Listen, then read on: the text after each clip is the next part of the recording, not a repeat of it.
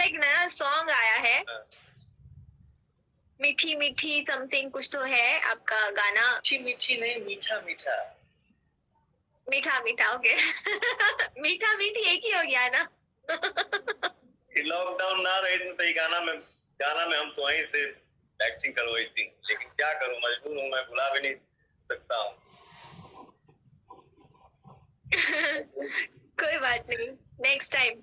साझे से नाच देखे गैला बारात में, और क्या है वो? साझे से नाच देखे गैला बारात में, आइल बड़ा है हर अपन में हर छोड़ी रात में। ओनिए को दल भोर हरिया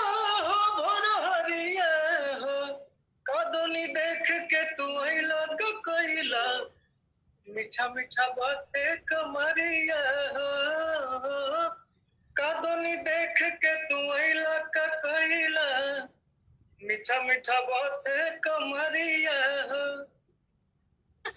साझे से नाच देखे गैला बारात में, आइल बड़ा है हर अपन में हर छोड़ी रात में।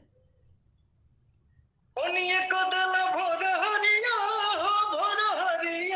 हो, कादोनी देख के तू आइला गइला, मीठा मीठा बातें कमरिया हो, कादोनी देख के तू आइला कइला, मीठा मीठा बातें कमरिया हो।